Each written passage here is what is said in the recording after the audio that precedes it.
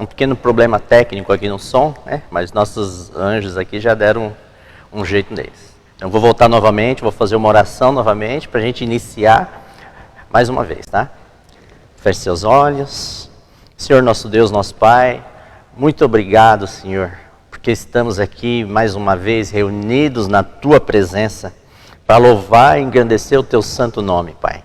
Nós queremos pedir que o Senhor envie o Espírito Santo de Deus mais uma vez, Senhor, para dentro da nossa mente e do nosso coração. Que Ele nos guie nas verdades contidas nesse livro. Que Ele grave as palavras do santo livro no nosso coração.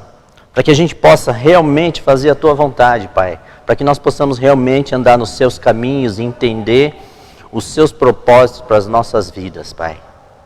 Senhor, nós queremos pedir também que o Senhor derrame sobre nós o sangue sagrado de Jesus Cristo.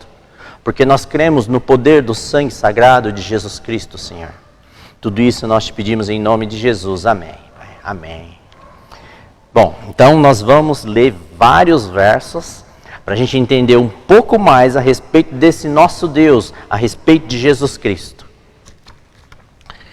Tem um verso em 1 Coríntios 2,9. 1 Coríntios 2,9, que vai nos ajudar.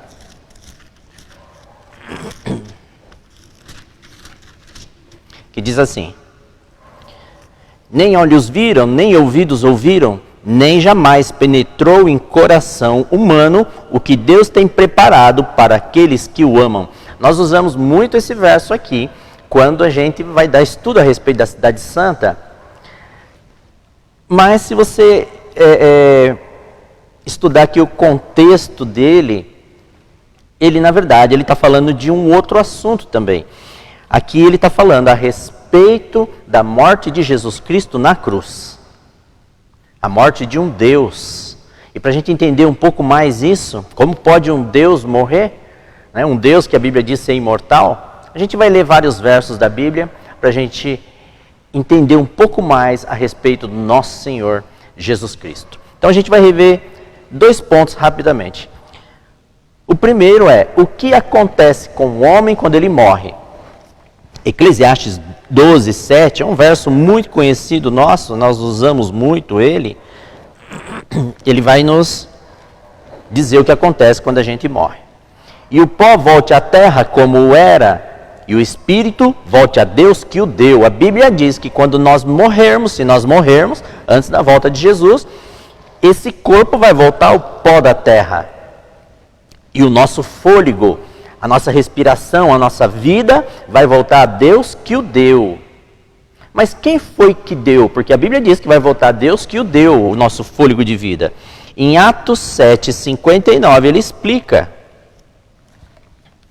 Em Atos 7:59 nós temos aqui a morte do apóstolo Estevão. Estevão, ele está sendo apedrejado, e aí ele olha para os céus e ele diz essa frase aqui, ó. E apedrejavam Estevão, que invocava e dizia: Senhor Jesus, recebe o meu espírito. Então Estevão, ele está ali sendo apedrejado, ele vai morrer, ele diz: Senhor Jesus, recebe o meu espírito, a minha vida, a minha respiração. Então quando nós morrermos, se nós morrermos, né, antes da volta de Jesus, o nosso corpo vai voltar para o pó da terra e a nossa vida vai voltar para Jesus Cristo. Olha só que bênção isso. Por isso que nós, cristãos, nós aguardamos ansiosamente a volta de Jesus a essa terra. Porque a Bíblia diz que o fôlego de vida, a vida de todos os nossos queridos que já se foram, está em posse de Jesus Cristo.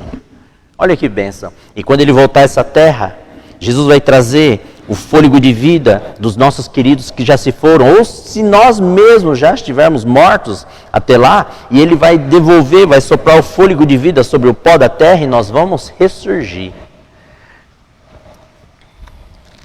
Gênesis 1. Vamos entender um pouco mais a respeito de Jesus.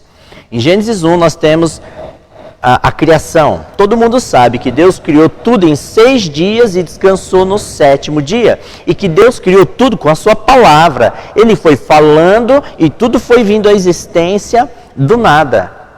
Olha o que diz Gênesis 1, verso 1. No princípio criou Deus os céus e a terra, porém, estava sem forma e vazia. Havia trevas sobre a face do abismo, e o Espírito de Deus pairava por sobre as águas. Disse Deus, haja luz, e houve luz. A Bíblia diz que Deus, ele foi falando e foi trazendo tudo à existência. E no início do verso, no princípio criou Deus os céus e a terra. Essa primeira palavra Deus que aparece na Bíblia, no hebraico aparece a palavra Elohim. Elohim é Deus no plural, porque Deus em hebraico é El, mas aqui aparece Elohim, aparece no plural. Os judeus, eles explicam da seguinte maneira: a primeira palavra Deus da Bíblia, ela está no plural, porque no original, né, porque em português está no singular, mas no original está no plural, porque seria uma referência aos atributos de Deus, porque Deus, ele é onisciente, onipresente, onipotente. Mas nós cristãos, nós cremos que a primeira palavra Deus, ela está no plural por um outro motivo também, porque seria uma referência direta à Trindade, Deus Pai, Deus Filho e Deus Espírito Santo. Então nós atribuímos essa primeira palavra, Deus, da Bíblia, Deus Pai. No final do verso 2, aparece o Espírito Santo, e o Espírito de Deus pairava por sobre as águas. Então aparece Deus Pai e o Espírito Santo. Quando ele diz no verso 2, a terra, porém, estava sem forma e vazia, havia trevas sobre a face do abismo, e o Espírito de Deus pairava por sobre as águas. Aqui ele dá a entender que no princípio, antes dos 6 dias da criação, já existia uma névoa, uma poeira, assim, no espaço. E ele diz que o Espírito Santo estaria pairando por cima dessa poeira. E a expressão que aparece aqui, que diz que o Espírito Santo está pairando sobre a terra sem forma e vazia, é uma expressão que eu vi uma explicação que achei muito interessante, que é uma expressão usada em hebraico para descrever uma águia quando ela está pairando sobre o seu ninho, guardando o seu ninho, os seus filhotes. A águia fica pairando por sobre o ninho. E seria a mesma expressão que apareceu aqui. Então, a terra estava sem forma e vazia, estava em estádio volátil, e o Espírito de Deus, ele estava pairando sobre tudo aquilo, só aguardando que Deus dissesse, haja luz, e ele agiria, e a luz viria à existência. Então a gente vê Deus Pai, a gente vê o Espírito Santo, e no verso 3, disse Deus, haja luz, e a luz simplesmente apareceu. Mas quem foi que falou e veio tudo à existência? A Bíblia está dizendo, disse Deus, haja luz, e a luz simplesmente apareceu. Mas nós cremos em um único Deus constituído de 3 pessoas, Deus Pai, Deus Filho e Deus Espírito Santo. E quando ele diz, disse Deus, haja luz e houve luz, quem foi que falou? Quem foi que disse, haja luz, e a luz simplesmente apareceu do nada? Deus Pai, Deus Filho ou Deus Espírito Santo? O Evangelho de João nos ajuda a entender isso. Evangelho de João, capítulo 1. O Evangelho de João, acredita-se que ele foi o último livro da Bíblia a ser escrito. O último livro da Bíblia é o livro do Apocalipse. E João escreveu o livro do Apocalipse por volta do ano 96 depois de Cristo. Ele estava preso na ilha de Patmos e Deus revelou para ele o livro do Apocalipse. E ele escreveu o livro do Apocalipse enquanto ele estava preso na ilha de Patmos. Mas João, ele foi anistiado e ele foi solto da ilha de Patmos. E ele foi morar numa cidade chamada Éfeso. E quando João foi para Éfeso, Deus revelou para ele a primeira, segunda e terceira epístola de João. Mas, por volta do ano 100 depois de Cristo, João, já bem velhinho, Deus revela para ele o Evangelho de João. Então, o Evangelho de João foi escrito mais ou menos por volta do ano 100 depois de Cristo. Todos os apóstolos já tinham morrido. João era o último deles. Mas quando ele escreve o Evangelho de João, um pouco tempo depois, João morre. Acredita-se que João, quando ele morreu o último homem na face da terra que teria visto Jesus face a face, que teria tocado em Jesus com as suas próprias mãos, que teria se assentado numa mesa e feito uma refeição com Jesus face a face. Então, quando João recebe a revelação do Evangelho de João e morre, o Evangelho de João, ele fica para as pessoas que nunca tinham visto Jesus face a face, que nunca tinham tocado em Jesus com as suas próprias mãos. Ou seja, o Evangelho de João foi deixado para nós, que nunca tivemos a oportunidade ainda de ver Jesus face a face. E o Evangelho de João, ele quer nos descrever quem foi aquele homem, quem foi Jesus. Nós que não tivemos o prazer de estar face a face e tocar em Jesus com as nossas próprias mãos. E curiosamente, João começa o seu evangelho exatamente como a Bíblia começa. A Bíblia começa assim: no princípio criou Deus os céus e a terra. E o evangelho de João, ele começa assim: no princípio era o verbo, e o verbo estava com Deus, e o verbo era Deus. Então aqui aparece, no princípio era o verbo, aqui fala do verbo de Jesus, no verso 3. Todas as coisas foram feitas por intermédio dele, e sem ele, nada do que foi feito se fez. A Bíblia está dizendo que tudo foi feito por intermédio de Jesus Cristo. Outras pessoas fizeram por intermédio de Jesus. E quem é que estava lá no Gênesis 1, que a gente leu agora? Deus Pai e o Espírito Santo. E agora a Bíblia está dizendo que eles fizeram tudo por intermédio de Jesus e que sem ele nada do que foi feito se fez. Isso significa que sem Jesus nada viria à existência. Então, Deus Pai poderia criar tudo sozinho? A Bíblia está dizendo que não. O Espírito Santo poderia criar tudo sozinho? A Bíblia também está dizendo que não. Jesus poderia criar tudo sozinho? A Bíblia também está dizendo que não. Que tudo é feito por intermédio dele, e sem ele nada do que foi feito se fez. Jesus é o verbo, é a palavra. Verbo é aquele que pratica a ação, é aquele que fala e traz tudo à existência. Olha só o que diz Colossenses 1.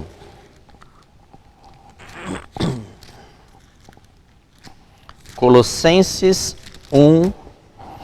A partir do verso 13, o título é A Excelência da Pessoa e da Obra de Cristo. Aqui ele vai falar da obra de Jesus, da excelência da sua obra e da sua pessoa. Verso 13. Ele nos libertou do império das trevas e nos transportou para o reino do Filho do seu amor, no qual temos a redenção, a remissão dos pecados. Este é a imagem do Deus invisível, o primogênito de toda a criação. A Bíblia diz que Jesus Cristo encarnado é a imagem do Deus invisível. É a imagem de Deus Pai. Então, quando nós conhecemos Jesus, nós estamos conhecendo a Deus Pai. Mas agora ele vai falar da obra de Jesus Cristo. Verso 16. Pois nele foram criadas todas as coisas, nos céus e sobre a terra, as visíveis e as invisíveis, sejam tronos, sejam soberanias, quer principados, quer potestades, tudo foi criado por meio dele e para ele. A Bíblia está dizendo que por intermédio de Jesus foram criadas todas as coisas, que Jesus trouxe à existência os céus e a terra, todas as coisas visíveis que o homem puder enxergar. A Bíblia está dizendo que vieram à existência através de Jesus Cristo, porque ele é o verbo, ele fala e as coisas vêm à existência. Mas ele não para por aí. Ele diz que Jesus fez as coisas visíveis e as invisíveis. O que são as coisas invisíveis? É o mundo espiritual. Nós não conseguimos ver o mundo espiritual, os anjos, nós não conseguimos ver o trono de Deus Pai no terceiro céu. Quem foi que criou o mundo invisível? A Bíblia está dizendo que tudo foi feito por intermédio dele, Jesus Cristo, e sem ele, nada do que foi feito se fez. Que Jesus criou os céus, a terra e tudo que existe no mundo visível e no mundo invisível. E o que é que tem lá no mundo invisível? Olha só, ele diz assim: sejam tronos, sejam soberanias, quer principados, quer potestades, tudo foi criado por meio dele e para ele. A Bíblia está dizendo que o mundo espiritual e tudo que existe no mundo espiritual vieram à existência através de Jesus Cristo. E ele diz, os tronos, as soberanias, os principados. Jesus disse em Apocalipse 3, ele disse assim: ao vencedor dar-lhe-ei o direito de se assentar no meu trono, assim como eu venci e me assentei com meu Pai em seu trono. Em Apocalipse 4, tem uma cena maravilhosa. João vê Deus Pai sentado em um trono nos céus, e em volta do trono ele diz que tem 24 outros tronos. Quem foi que criou esses tronos? Quem foi que trouxe à existência o trono onde Deus Pai está assentado? A Bíblia diz, tudo foi feito por intermédio dele, e sem ele, nada do que foi feito se fez. Foi Jesus Cristo. Deus Pai, o Espírito Santo e Jesus trouxeram tudo à existência, mas Jesus é o verbo, ele pratica a ação. É ele que fala e as coisas simplesmente vêm à existência. E ele diz assim, o que tem mais no mundo espiritual, sejam soberanias, quer principados, quer potestades. Olha só, potestades são demônios. A Bíblia está dizendo que Jesus criou os demônios, mas Deus não pode criar o mal. Então por que a Bíblia está dizendo que ele criou as potestades? Porque a Bíblia está dizendo assim, quer potestades. Significa o quê? Que Jesus trouxe à existência, ele criou todos os seres celestiais, inclusive aqueles que se rebelaram no céu e se tornaram os demônios. Jesus que criou todos os seres, os anjos, foi ele que trouxe todos eles à existência. E ele diz assim no verso 17, ele é antes de todas as coisas, nele tudo subsiste. A Bíblia está dizendo que antes de existir a terra, antes de existir os anjos, antes de existir o mundo espiritual, antes de existir o trono onde Deus Pai está assentado, a Bíblia diz que Jesus já estava lá. Ele é antes de todas as coisas. Olha só que coisa incrível isso. Gênesis 1, verso 1. No princípio criou Deus os céus e a terra, porém estava sem forma e vazia, havia trevas sobre a face do abismo, e o Espírito de Deus pairava por sobre as águas. Disse Deus, haja luz, e houve luz. Quem foi que disse haja luz? E a luz simplesmente apareceu. Foi Jesus. Deus Pai e o Espírito Santo fizeram tudo por intermédio de Jesus. Jesus é o verbo, Jesus é o Logos, a palavra. Foi Jesus que disse, haja luz, e a luz simplesmente apareceu. E Jesus foi criando tudo em 6 dias. No segundo dia, Jesus disse assim, e disse Deus, haja firmamento no meio das águas e separação entre águas, e as águas se separaram. No terceiro dia, Jesus disse também Deus, ajuntem-se as águas debaixo dos céus num só lugar, e apareça a porção seca, e assim se fez. No terceiro dia, Jesus fez as águas recuarem, os mares, apareceu a porção seca, e ele fez brotar as árvores. Olha só.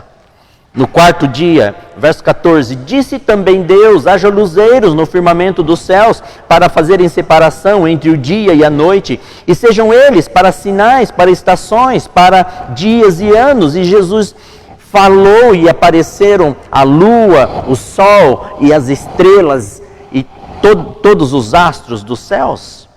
No quinto dia, verso 20, disse também Deus, povoem-se as águas de enxames de seres viventes, e voem as aves sobre a terra, sobre o firmamento dos céus. E Jesus disse, e o céu se encheu de aves, e os mares se encheram de peixes. É o poder da palavra de Jesus Cristo. Jesus é o Logos, é a palavra, é o verbo. E aqui é a Trindade trazendo tudo à existência.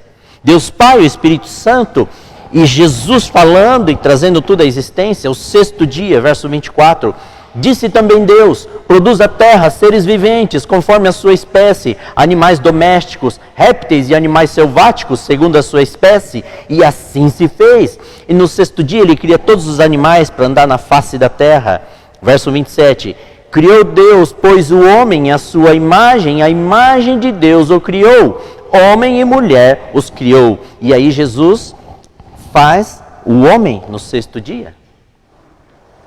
Verso 31, viu Deus tudo quanto fizera, e eis que era muito bom. Houve tarde e manhã o sexto dia.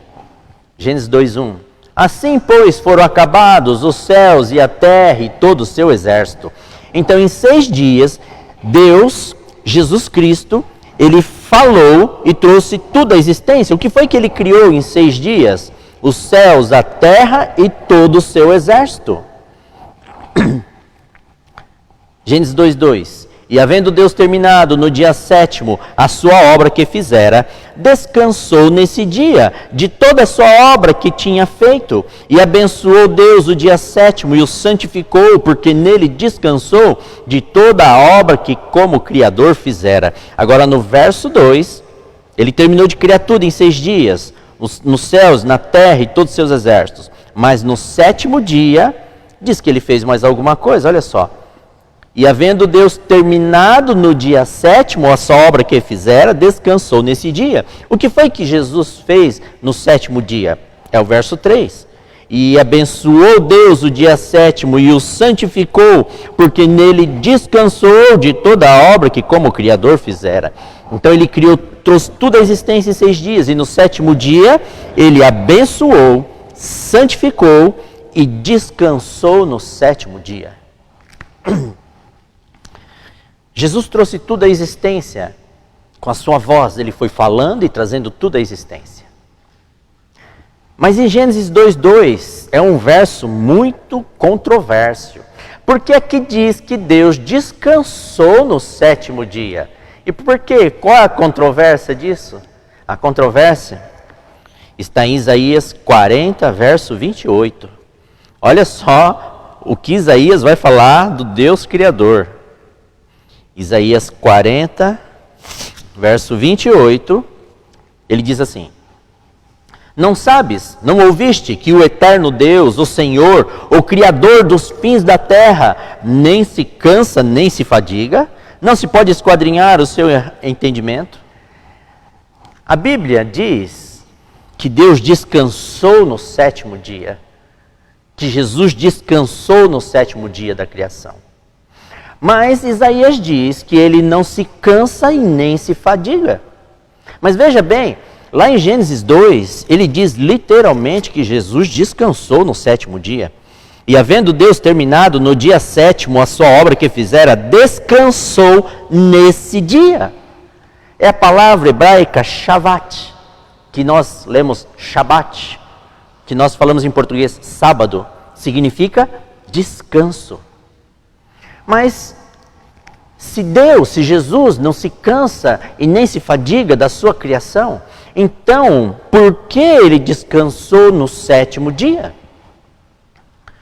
A Bíblia tem que explicar isso, porque a Bíblia não pode se contradizer, porque se a Bíblia tiver uma contradição assim tão grande, então nós temos um Deus contraditório, um Deus falho, um Deus que não é confiável. Então a Bíblia tem que nos explicar o que significa dizer que Jesus descansou no 7º dia.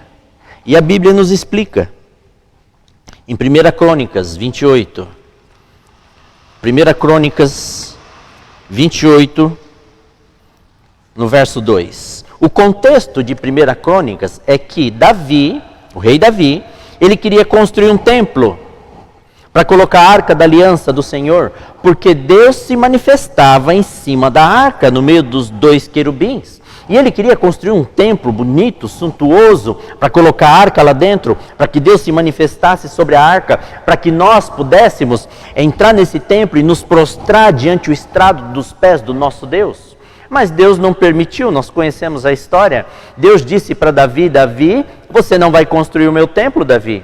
Você lutou muitas batalhas, você matou muita gente, suas mãos são sujas de sangue. Quem vai construir o meu templo é seu filho Salomão. E nós sabemos que quem realmente construiu o templo foi o filho de Davi, Salomão, conforme a vontade de Deus. Mas repara só, nessa declaração de Davi, em 1 Crônicas 28:2, ele diz assim: pôs-se o rei Davi em pé e disse: ouvi-me, irmãos meus e povo meu, era meu propósito de coração edificar uma casa de repouso para a arca da aliança do Senhor e para os estrados dos pés do nosso Deus. E eu tinha feito o preparo para a edificar. Davi diz que ele tinha um propósito no coração de construir um templo que ele chama de uma casa de repouso para a arca da aliança, para que Deus se manifestasse ali dentro e nós pudéssemos nos prostrar ante o estrado de seus pés. Davi chama o templo de Deus, aonde ele entra para ser adorado, de casa de repouso de Deus. Davi vai explicar melhor isso no Salmo 132. Salmo de Davi, 132. Olha o que ele diz, verso 7.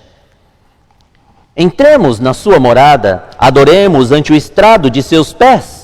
Levanta-te, Senhor, entra no lugar do teu repouso, tu e a arca da tua fortaleza. Davi chama o templo de Deus, aonde Deus entra para ser adorado, para que nós nos prostremos ante o estrado de seus pés, de lugar de repouso de Deus, casa de repouso de Deus.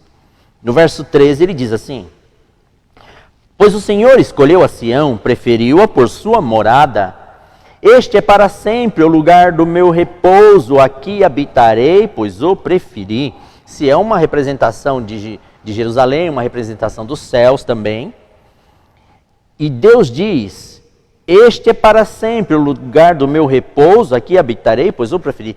Nós adoramos a Deus nos céus hoje. E a Bíblia chama o templo onde Deus entra para ser adorado de lugar de repouso de Deus, lugar de descanso de Deus. Agora a gente consegue entender porque Jesus criou tudo em 6 dias e aí ele criou um 7º dia. E Deus entrou no 7º dia e descansou, repousou, ou seja, ele ficou aguardando a adoração. Que a sua criação se prostrasse ante o estrado de seus pés e declarasse que Ele é o Deus Criador dos céus e da terra. É isso que quer dizer. A Bíblia quer dizer isso, que Jesus trouxe tudo à existência. Em 6 dias Ele foi falando, trazendo tudo à existência. E aí então, quando Ele termina a criação, Ele cria o 7º dia, um templo feito de tempo, que ele chama de 7º dia. Um templo que dura 24 horas no tempo, porque Deus, ele é eterno. E se Deus, ele é eterno, ele não tem princípio nem fim, então Deus habita no tempo. Nós temos que dormir e acordar no dia de amanhã, para viver o dia de amanhã, e todos os dias a gente tem que fazer isso, viver um dia de cada vez. Mas Deus não. Deus, ele é onipresente, ele está presente em todos os tempos de uma única vez. Deus habita no tempo. E a Bíblia diz que ele, no 7º dia, ele fez um templo feito de tempo. E Jesus entrou e repousou, descansou, ficou aguardando que a criação se prostrasse diante dele e declarasse que ele é o Deus Criador. Olha só o que diz o Salmo 19. O Salmo 19 faz uma declaração muito interessante, olha só. O Salmo 19, o título é A Excelência da Criação e da Palavra de Deus. Verso 1. Os céus proclamam a glória de Deus e o firmamento anuncia as obras das suas mãos. Um dia discursa a outro dia e uma noite revela conhecimento a outra noite. Não há linguagem, nem há palavras e deles não se ouve nenhum som. No entanto, por toda a terra se faz ouvir a sua voz e as suas palavras até os confins do mundo. A Bíblia declara que toda a criação proclama a glória do Deus Criador. Não com palavras como nós, que louvamos, falamos de Deus, damos glórias a Deus. Não com palavras, ele diz. Não há linguagens, nem há palavras, e deles não se ouve nenhum som. No entanto, por toda a terra se faz ouvir a sua voz.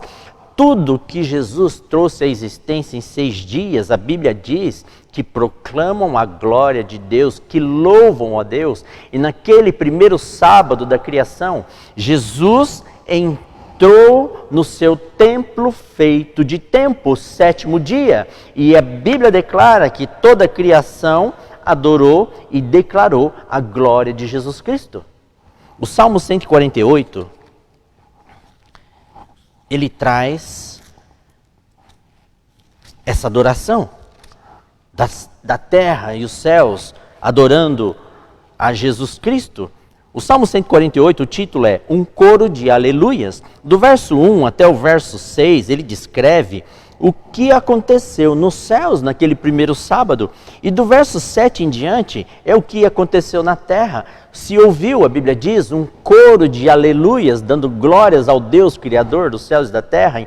Então, irmãos, imagina isso, Jesus vai falando, vai trazendo tudo à existência no primeiro dia, segundo dia, terceiro dia, quarto dia, sexto dia. E quando ele termina a criação, ele cria um templo feito de tempo, o 7º dia. E Jesus entra e repousa, descansa, que significa que ele estava aguardando a adoração. E a Bíblia diz, olha o que aconteceu, verso 1. Aleluia, louvai ao Senhor do alto dos céus, louvai-o nas alturas, louvai-o todos os seus anjos, louvai-o todas as suas legiões celestes, louvai-o sol e lua, louvai-o todas as estrelas luzentes, louvai os céus dos céus e as águas que estão acima do firmamento, louvem o nome do Senhor, pois mandou ele e foram criadas, é o verbo. Verso 6. E os estabeleceu para todo sempre, fixou-lhes uma ordem que não passará. Verso 7, olha o que aconteceu na terra, naquele primeiro sábado.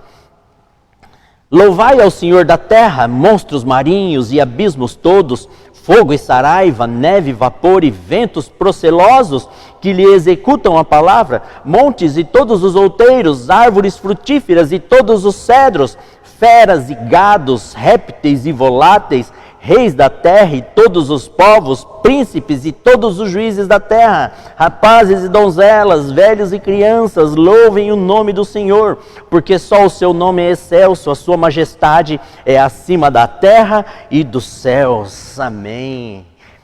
Irmãos, Jesus é o verbo. Jesus foi falando e trazendo tudo à existência. Ele disse, haja luz, a luz simplesmente apareceu.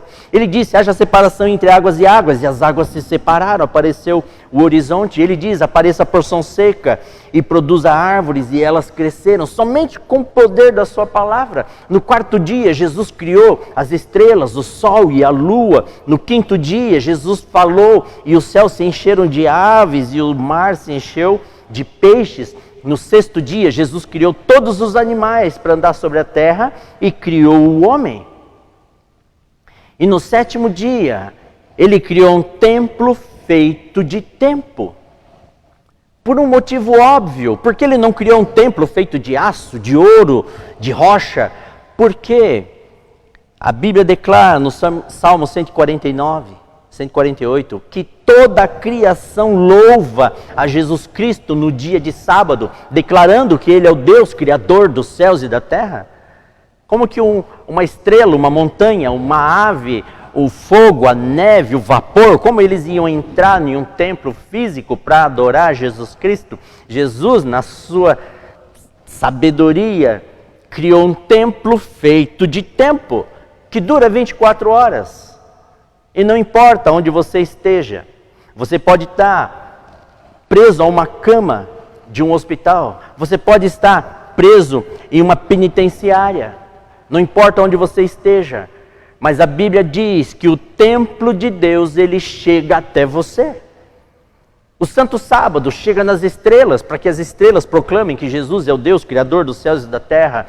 O Santo Sábado do Senhor chega nas profundezas do mar, para que os animais marinhos declarem que Jesus é o Criador dos céus e da terra.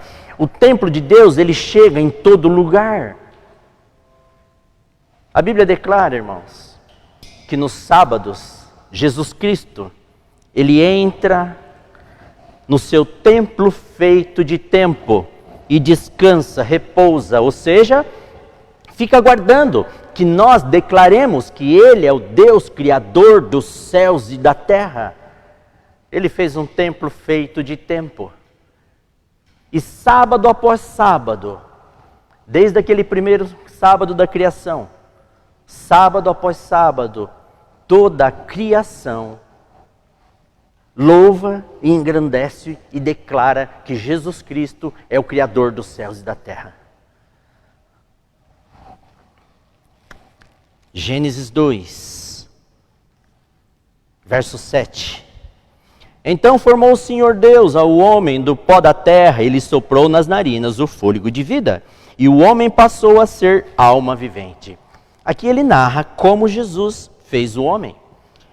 Jesus, provavelmente ele fez, como narrado lá em Ezequiel 37, provavelmente primeiro Jesus levantou um esqueleto do pó da terra, e depois ele cobriu esse esqueleto com músculos. E aí do pó da terra, Jesus levantou a carne, cobriu aqueles músculos, e por fim Jesus estendeu pele em cima daquela carne. E aí ele fez um boneco feito do pó da terra, era carne, mas ainda era só pó. E Jesus chegou na frente daquele boneco e soprou no seu nariz o fôlego de vida, porque Jesus é o doador da vida, Jesus é o criador de toda a existência, através dele tudo vem à existência, e ele soprou no nariz de Adão o fôlego de vida, e os olhos de Adão se abriram, o seu coração começou a bater. Talvez Jesus estivesse face a face com Adão naquele momento. Você já imaginou? A primeira coisa que Adão viu foi a face de Jesus Cristo diante dele. Que coisa maravilhosa. Mas a Bíblia diz que, enquanto Jesus criava, os anjos, eles louvavam e cantavam ao Senhor pela beleza da sua criação. Mas no meio daqueles anjos, a Bíblia diz que antes da criação da terra, um anjo havia se rebelado nos céus. E quando ele vê o homem sendo feito à imagem e semelhança de Deus, Satanás, ele quis ser igual a Deus, ser igual ao Criador. Ele desejou destruir as suas criaturas. A gente sabe o que aconteceu. Ele veio à terra, entrou numa serpente, tentou Adão e Eva e eles caíram. Mas Jesus Cristo, Criador dos céus e da terra, onisciente, onipresente, onipotente, ele já sabia de tudo isso. Ele já sabia de tudo que ia acontecer. E Jesus teve um diálogo com Deus Pai antes da criação. E ele falou com Deus Pai a respeito desse assunto. Olha só, em Hebreus 10. Aqui é como se fosse um diálogo entre Jesus e Deus Pai antes da criação. Eles já sabendo de tudo o que aconteceria. Olha o que Jesus disse. Hebreus 10, verso 6. Jesus disse para Deus Pai: não te deleitaste com holocaustos e ofertas pelo pecado. Então eu disse: eis aqui estou, no rolo do livro está escrito a meu respeito, para fazer, ó Deus, a tua vontade. Verso 9. Então acrescentou: eis aqui estou para fazer, ó Deus, a tua vontade. Remove o primeiro para estabelecer o segundo. Jesus disse para Deus Pai: Pai, eu sei que você não vai se agradar do sacrifício de bodes e cordeiros do seu sangue derramado. Remove, Pai, pois isso, institui o meu sacrifício. Eis-me aqui, Senhor. Jesus Cristo foi voluntário para vir a essa terra, morrer por nós, pagar pelos nossos pecados, pela queda. Mas tinha um grande problema. Jesus está se oferecendo para vir a essa terra morrer por nós, mas a Bíblia declara que Deus é imortal. Como pode então Jesus se oferecer para vir morrer por nós se Ele é um Deus imortal? Filipenses 2 nos explica isso. Olha só, Filipenses 2,6. Olha o que diz a respeito de Jesus. Pois ele, subsistindo em forma de Deus, não julgou como usurpação o ser igual a Deus. Antes, a si mesmo se esvaziou, assumindo a forma de servo, tornando-se em semelhança de homens e reconhecido em figura humana. A si mesmo se humilhou, tornando-se obediente até a morte, morte de cruz. A Bíblia diz que Jesus existia no céu na forma de Deus Todo-Poderoso, cheio de glória e majestade. Mas ele não julgou como usurpação o ser igual a Deus. Mas Jesus, quando soube que nós precisaríamos de um Salvador, ele não ligou para a sua imagem de Deus Todo-Poderoso e glorioso. A Bíblia diz que ele começou a se esvaziar. João, ele está dizendo que ele vê um anjo descendo, mas tem um grande problema com esse anjo, irmãos. Porque a Bíblia diz que esse anjo vem envolto em nuvens. Nenhum anjo pode vir envolto em nuvens. Porque vir envolto em nuvens é o sinal do Filho do Homem. Somente Jesus pode vir envolto em nuvens. E outro problema desse anjo, diz que ele tem um arco-íris por cima da sua cabeça. Mas quem tem um arco-íris por cima da sua cabeça é Deus. Porque é uma aliança que Deus fez com os homens, que nunca mais vai destruir essa terra com água. Então não pode ser um anjo. E diz que esse anjo, o rosto era como o sol, mas Malaquias e os Salmos e Apocalipse 1 declara que Jesus é o sol da justiça, que o seu rosto brilha como o sol na sua força. E diz que as pernas desse anjo são como colunas de fogo, mas João, quando ele viu o Cristo glorificado, ele diz que os seus pés brilham como bronze na fornalha. Isso não é um anjo, é Jesus Cristo. Toda a descrição desse anjo é de Jesus. Desde que Jesus se ofereceu para vir a essa terra morrer por nós e começou a se esvaziar da sua divindade, a Bíblia começa a relatar coisas estranhas a respeito de Jesus. Olha Mateus 1,18. Mateus 1,18 diz assim: Ora, o nascimento de Jesus Cristo foi assim, estando Maria, sua mãe, desposada com José, sem que antes tivesse coabitado, achou-se grávida pelo Espírito Santo.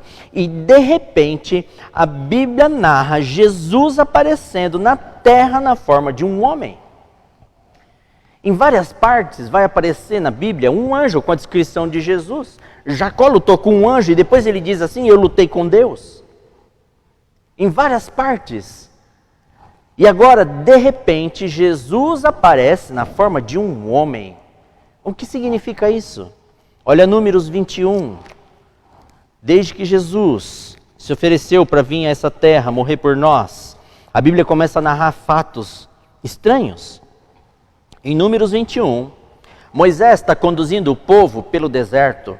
Todos os dias cai o maná, menos no sábado. E aí o povo começa a blasfemar de Deus, de Moisés, eles não querem mais o maná. E Deus, ele se ira. Deus manda vir serpentes pelo deserto. Todos aqueles que blasfemam da providência divina que está caindo do céu, as serpentes picam essas pessoas e elas morrem. Mas aí o povo clama por misericórdia a Moisés, Moisés clama por misericórdia a Deus, e Deus dá essa ordem para Moisés. Disse o Senhor a Moisés: faze uma serpente abrasadora, põe-na sobre uma haste, e será que todo mordido que a mirar viverá. Fez Moisés uma serpente de bronze e a pôs sobre uma haste. Sendo alguém mordido por alguma serpente, se olhava para a de bronze e sarava. Deus disse assim: então Moisés, faz uma serpente de bronze, coloca na ponta de uma vara, levanta ela para cima. Todo aquele que blasfemar de mim, quando a serpente do deserto picar essas pessoas, se elas olharem para a serpente de bronze, elas vão ser curadas, elas não vão morrer. Mas irmãos, a serpente na Bíblia é um símbolo de quê? É um símbolo do diabo. Olha que coisa estranha. Por que Deus mandou Moisés fazer uma serpente de bronze e quem olhasse para a serpente ficaria curado, ele perdoaria essas pessoas? Jesus, ele vai falar a respeito disso em João 3. Evangelho de João 3, Jesus vai falar a respeito disso. João 3, verso 14. Jesus disse assim, ó, e do modo por que Moisés levantou a serpente no deserto, assim importa que o Filho do Homem seja levantado, para que todo que nele crê tenha vida eterna. Olha, agora ficou mais estranho ainda. Por quê? Porque Jesus, agora ele está se comparando com a serpente do deserto. Ele diz, do modo como Moisés levantou a serpente no deserto, importa que eu seja levantado numa cruz, para que todo que nele crê tenha vida eterna. Por que Jesus está se comparando à serpente, que é um símbolo do inimigo? O que significa isso?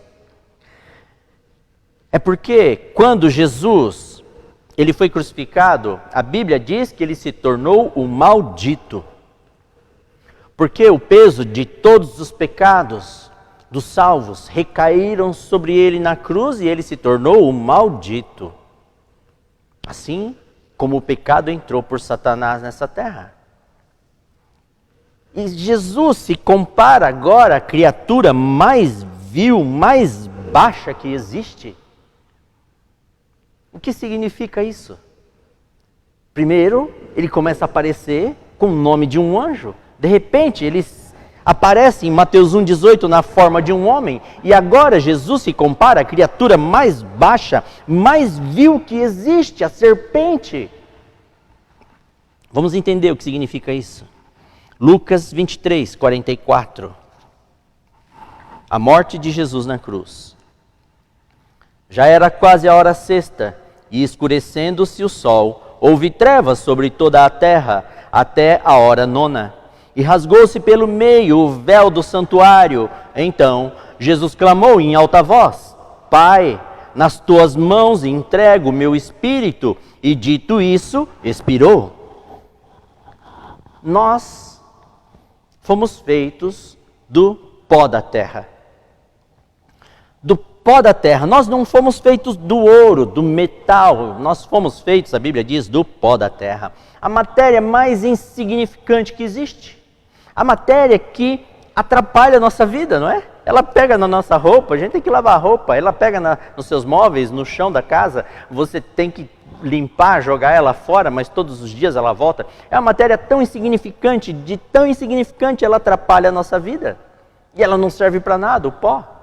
Mas nós fomos feitos do pó da terra, a matéria mais insignificante que existe nesse planeta. Jesus, ele estava no céu na forma de Deus, todo-poderoso, glorioso, cheio de glória e resplendor. Mas quando ele viu que nós precisaríamos de um Salvador, a Bíblia diz que ele começou a se esvaziar da sua divindade, começou a abrir mão dos seus atributos, da onisciência, onipresença, e ele foi se esvaziando, e de repente na Bíblia, em várias partes, começa a aparecer um anjo com a descrição de Jesus Cristo, e aí de repente, em Mateus 1,18, aparece Jesus na forma de um bebê. E depois Jesus, em João, ele se compara à criatura mais vil, mais baixa que existe, a serpente, mas na cruz, Jesus, quando ele morre na cruz, ele diz, Pai, em tuas mãos entrego o meu espírito. O fôlego de vida sai de Jesus Cristo, volta para Deus Pai. E naquele mesmo instante, na cruz, Jesus se fez pó da terra. Deus Todo-Poderoso, Criador dos céus e da terra, Ele se fez pó da terra por amor a nós.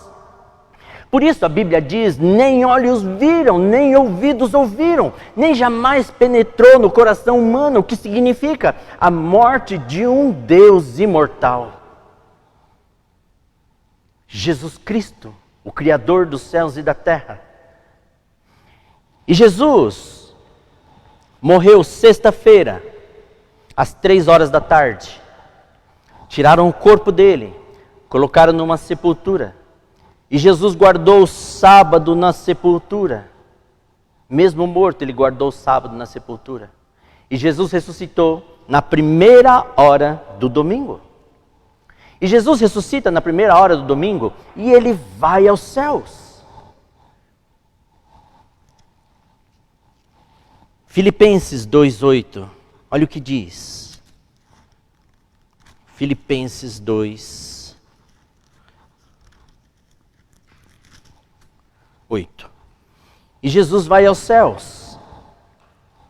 E aí diz assim a Bíblia. Filipenses 2,8. A si mesmo se humilhou, tornando-se obediente até a morte, morte de cruz. Ele morre, guarda o sábado na sepultura, ressuscita no domingo pela manhã e vai aos céus. Verso 9. Pelo que também Deus o exaltou sobremaneira e lhe deu o nome que está acima de todo nome, para que ao nome de Jesus se dobre todo joelho nos céus, na terra e debaixo da terra, e toda língua confesse que Jesus Cristo é Senhor, para a glória de Deus Pai. Eu gosto de imaginar essa cena. Eu gosto de imaginar como se fosse assim, Jesus chegando nos céus no domingo pela manhã.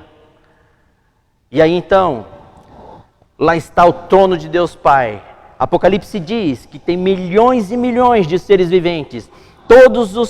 As criaturas de Jesus, os anjos, todos estão ali reunidos em volta do trono de Deus Pai. E Jesus chega aos céus. E eu gosto de imaginar como Deus Pai fazendo essa exaltação a Jesus enquanto ele entra aos céus. Pelo que também Deus o exaltou sobremaneira e lhe deu o nome que está acima de todo nome, para que ao nome de Jesus se dobre todo o joelho, nos céus, na terra e debaixo da terra, e toda língua confesse que Jesus Cristo é Senhor, para a glória de Deus Pai. E quando Jesus chega nos céus, em Apocalipse 5, 6, olha só o que diz. Apocalipse 5, 6... é o momento em que Jesus adentrou o céu, diz assim. Então, vi no meio do trono e dos 4 seres viventes e entre os anciãos de pé um cordeiro, como tendo sido morto. Ele tinha 7 chifres, bem como 7 olhos, que são 7 Espíritos de Deus enviados por toda a terra. Então Jesus chega e ele é entronizado. Vi Jesus no meio do trono. Mas quando Jesus chegou aos céus, a Bíblia diz assim... Mas agora ele tem 7 chifres, ele também tem 7 olhos, que são 7 Espíritos de Deus. Por que a Bíblia está descrevendo Jesus dessa maneira, depois que ele ressuscitou, chegou aos céus, na cerimônia de entronização de Jesus? A Bíblia diz, agora ele tem 7 chifres. 7 é o número da totalidade e perfeição. Chifres, em Apocalipse 17, 12, significa poder. Quando ele entra nos céus, a Bíblia diz, ele tem 7 chifres, todo poder. Quando ele entra nos céus, a Bíblia diz, ele se tornou todo poderoso novamente.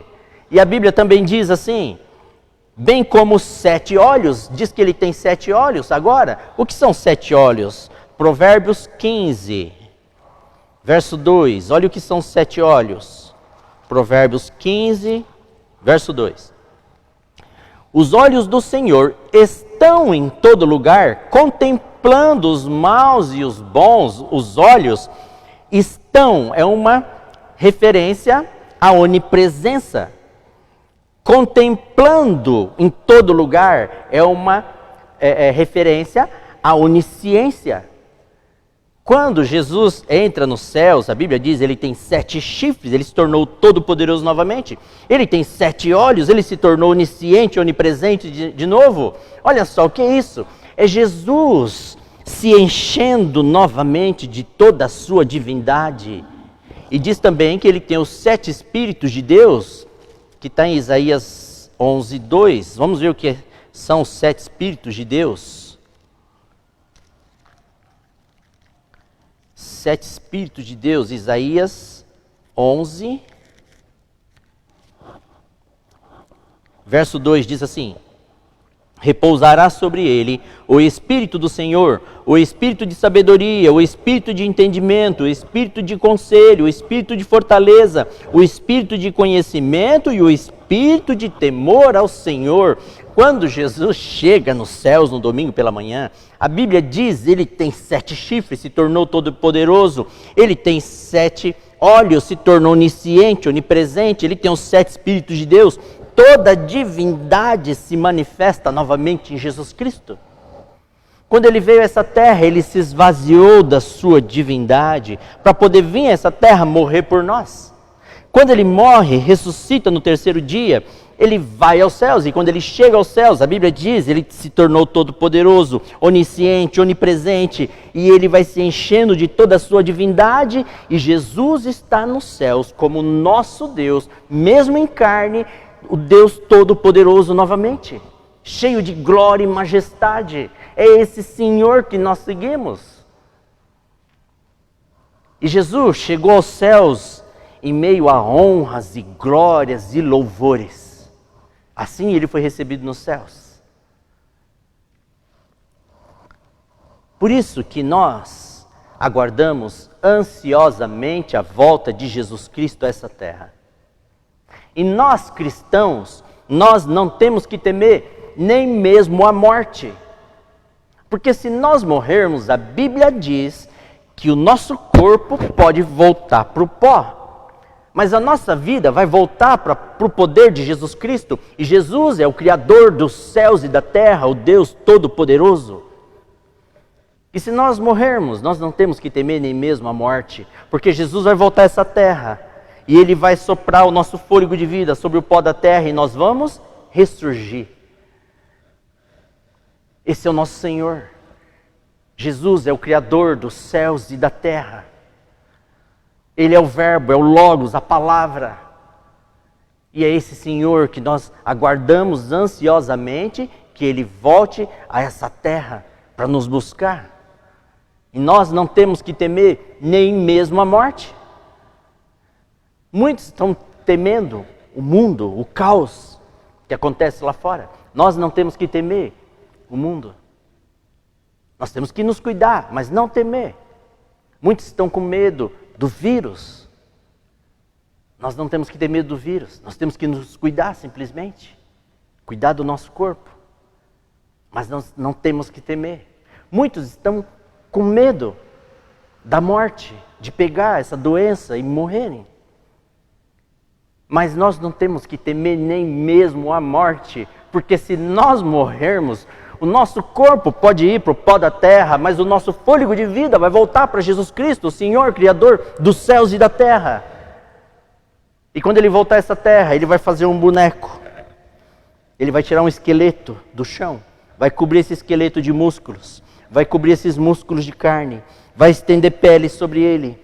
E vai soprar o fôlego de vida dentro desse boneco. E os nossos olhos vão se abrir. E nós vamos estar diante de Jesus Cristo. Se nós estivermos mortos. E nós vamos experimentar a mesma sensação de Adão quando foi criado. Quando Adão abriu os seus olhos, diante dele estava Jesus Cristo. E talvez ele diga: eu sou o seu Deus. Eu sou o seu Senhor. Eu vim te buscar. É esse o Senhor que nós servimos. Jesus não é Deus só porque Ele morreu na cruz. Jesus, Ele é Deus porque Ele é o nosso Criador.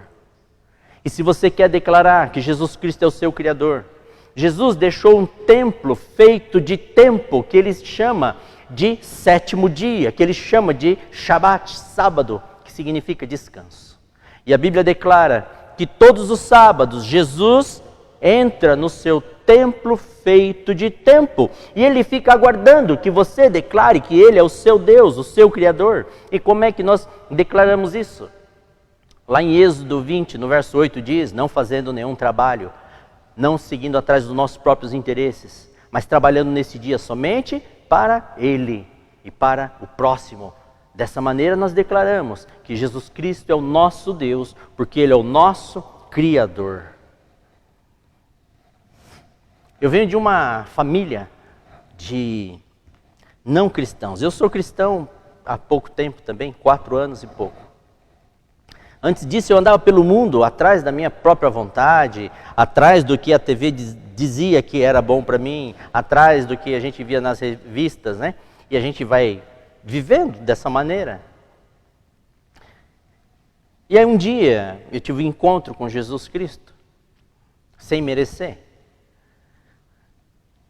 E eu me converti. Na minha casa, os meus irmãos, minhas irmãs, minha mãe, eles seguem uma outra religião japonesa. Meu pai, ele morreu em 1996, sem ouvir uma palavra a respeito do Evangelho, sem ouvir nada a respeito de Jesus Cristo. Sempre só trabalhando e trabalhando e trabalhando na roça, sempre. E meu tio, ele conta que quando eles vieram do Japão, eu sou Nisei, segunda geração de japoneses. Meu pai veio criancinha do Japão, com seus irmãos, suas irmãs. Quando eles vieram do Japão, meu tio me contou uma vez que eles vieram de navio, né? E aportaram no Porto de Santos. E lá no Porto de Santos, quando eles desceram do navio, eram milhares de famílias, não falavam uma palavra em português. E lá colocaram eles em caminhões de carroceria, nem ônibus tinha naquela época, era caminhão de carroceria.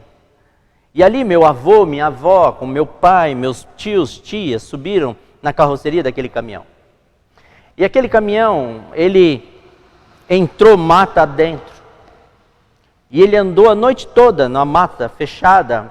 E quando era alta madrugada, meu tio disse que aquele caminhão parou e mandou eles descerem.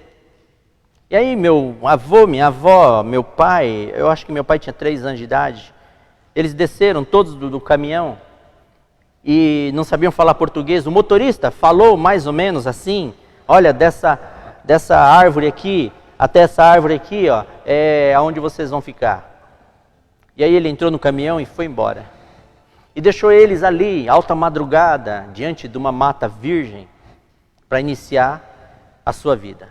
E ali eles iniciaram a sua vida. Meu avô, minha avó, eles vinham fugindo da guerra e da fome. O Japão era muito pobre, o clima lá é muito extremo. E em casa tinha uma foto do meu avô sentado em pé do lado de um canhão gigante. E meu avô era muito novinho, ele estava sem camisa, magro, do lado de um canhão gigante com um cap do exército japonês. Meu avô lutou na guerra. Eu não sei o que meu avô passou na guerra, mas meu tio conta que eles morando lá no meio do mato, isolados de todo mundo. As famílias japonesas todas começaram assim. Quando meu avô queria punir os filhos por alguma coisa que eles fizeram, aí meu tio contou que ele pegava uma corda, amarrava os 2 pés deles juntos e pendurava eles de ponta cabeça numa árvore. E aí meu avô pegava e acendia uma fogueira embaixo. Olha só. Eu não sei o que meu avô passou na guerra, eu não sei, eu conheci muito pouco meu avô. Mas eu sei que o meu pai, ele cresceu um homem duro e rude, muito bravo. Ele não era violento, mas ele era muito bravo, ignorante, tudo ele xingava. Ele mudou muito no final da vida dele, mas durante toda a vida ele foi assim, ignorante, estúpido, bravo. Nós em casa somos 5 irmãos, nós odiávamos ele.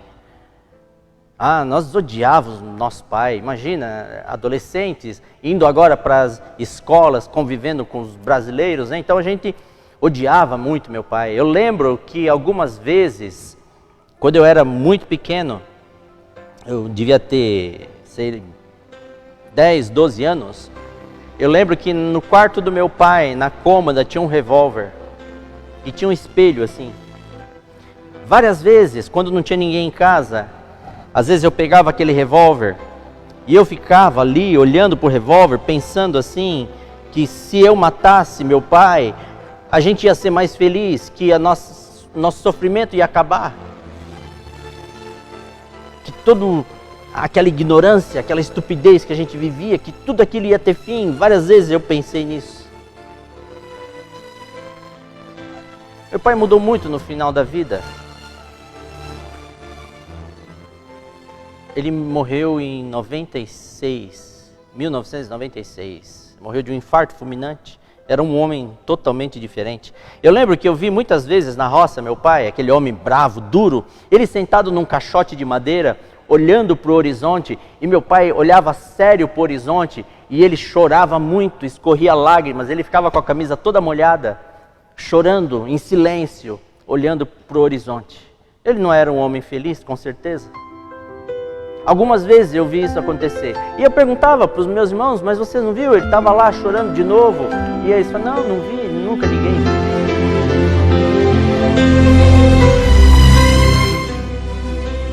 Quando eu me tornei cristão, não faz tanto tempo assim, eu li um verso na Bíblia que diz assim: crê no Senhor Jesus e será salvo, tu e a tua casa. Você pode ler esse verso na sua casa.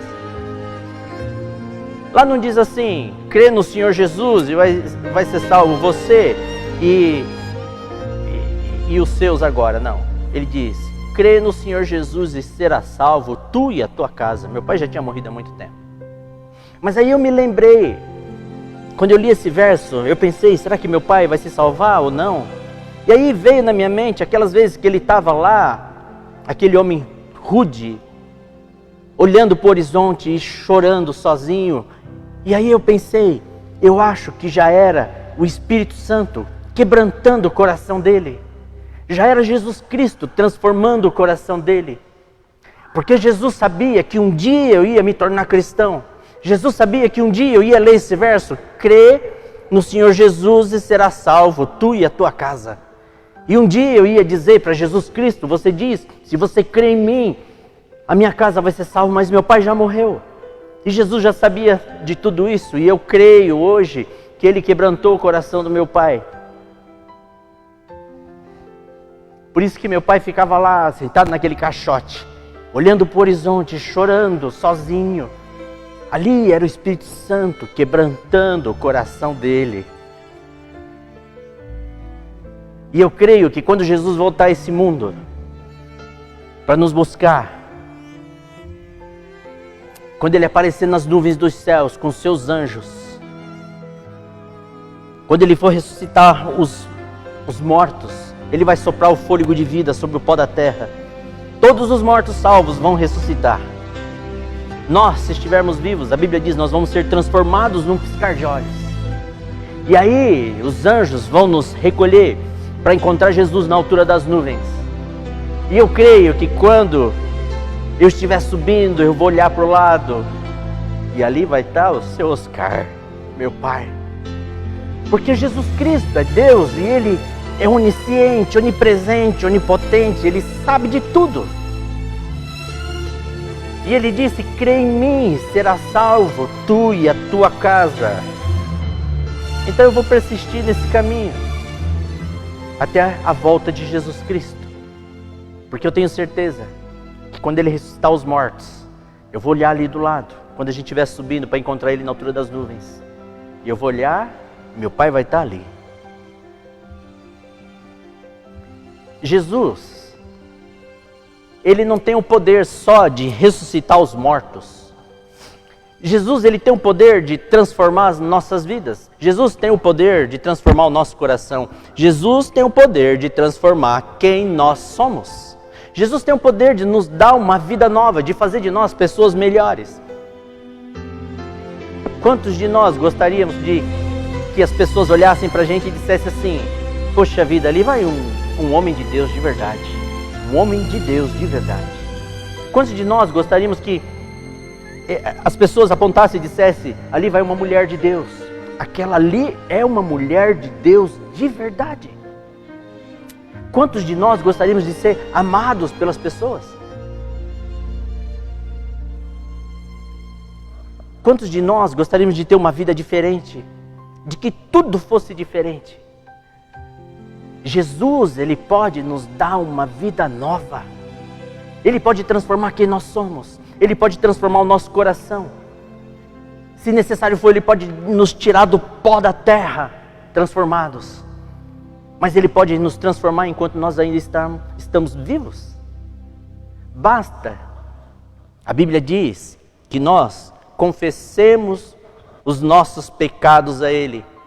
Basta que nós confessemos quem nós somos, verdadeiramente. Basta que nós confessemos a Jesus o que realmente existe dentro do nosso coração. E aí, quando nós fizermos isso, nós estamos abrindo o coração para Ele, para que Ele possa entrar e transformar quem nós somos. Fazer de nós pessoas melhores. Fazer de nós pessoas mais amorosas, mais bondosas, mais sensíveis às dores dos outros. Ou talvez você esteja aí com algum problema de alguma doença. Jesus Cristo, Ele pode curar a sua doença. Jesus Cristo, Ele pode transformar o seu corpo. Não tem nada que Jesus não possa fazer. Mas é mais fácil para Jesus criar os céus, a terra, as estrelas, o sol, a lua. É mais fácil Ele criar tudo que existe do que nos transformar. Porque para Ele nos transformar, nós temos que permitir. Ele não precisa da permissão da lua e nem das estrelas para Ele falar e elas aparecerem. Ele não precisa da permissão das árvores para Ele mandar as árvores nascerem e elas crescem. Ele não precisa da permissão dos peixes, das aves, para dizer que eles vêm à existência e eles venham à existência. É muito fácil, Ele fala e acontece. Mas Jesus, Ele precisa da nossa permissão para Ele transformar quem nós somos. Talvez é mais difícil para Jesus transformar quem nós somos do que para criar o universo. Ou seja, está nas suas mãos você ter uma vida nova.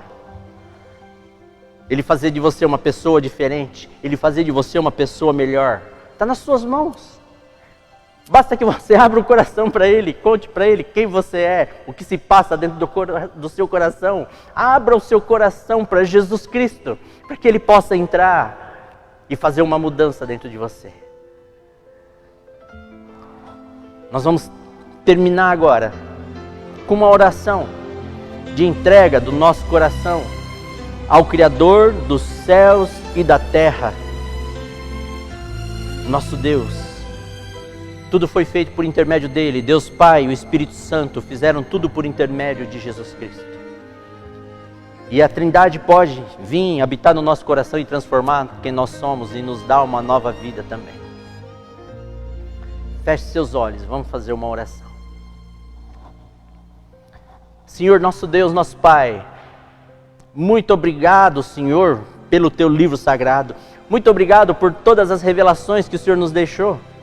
Muito obrigado, porque nós sabemos que o Senhor quer se revelar a nós, e o Senhor se revela a nós através da Tua palavra. Pai, perdoa os nossos erros e os nossos muitos pecados, Pai. Pai, nós queremos permitir que o Senhor venha para dentro do nosso coração e da nossa mente. Transforma quem nós somos, Pai. Quebranta o nosso coração. Faz de nós pessoas melhores, mais simples, mais humildes, Pai. Que nós sejamos mais sensíveis à dor das outras pessoas também. Que nós tenhamos mais coragem de confessar os pecados mais íntimos e profundos que nós carregamos dentro do coração. Confessar somente ao Senhor. Para que o Senhor, através do poder do Espírito Santo, possa nos ajudar a vencer o pecado e sermos transformados pelo poder do Teu amor. Pai, muitas pessoas estão sofrendo agora, muitas estão com medo dessa doença, desse vírus. Então nós queremos pedir que o Senhor derrame sobre nós o sangue poderoso de Jesus Cristo, porque não existe nada mais poderoso do que o sangue sagrado de Jesus Cristo. Então, Senhor Jesus, derrama sobre nós o Teu sangue sagrado, derrama sobre nós o Seu sangue poderoso, Pai. Vem para dentro do nosso coração e transforma quem nós somos, transforma o nosso coração, nos dá uma vida nova, Pai. Vem e age nas nossas vidas. Nós queremos entregar o nosso coração ao Senhor. E quebranta, Pai, principalmente o coração daqueles que ainda não se entregaram ao Senhor pelo batismo, Pai. Fala com eles nesse momento. Tudo isso, Senhor, nós te pedimos em nome de Jesus Cristo. Amém. Amém. Muito bom estar aqui com vocês, irmãos, para que a gente conheça um pouco mais de Jesus Cristo, nosso Senhor.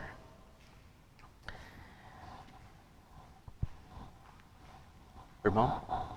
Obrigado, irmão Hélio, pela mensagem que nos trouxe nesta noite. Obrigado você que assistiu aí dessa live aí na sua casa. Que essa mensagem possa ter entrado em seu coração, que possa também fazer transformação na sua vida a partir de hoje. Que você possa ser transformado pelo poder do Espírito Santo. Tivemos aqui muitas pessoas nos assistindo aí das seus lares. Tivemos aqui a irmã Quitéria, Carlos Piona, Adriana, Maria Edson, Miné dos Santos, Ivaldo e muitas outras pessoas.